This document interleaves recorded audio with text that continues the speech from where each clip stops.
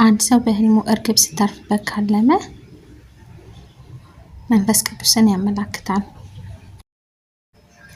አንድ ሰው በህልሙ ሸሚዝ ለብሶ ካለመ ጸጋን ነው የሚያመላክተው።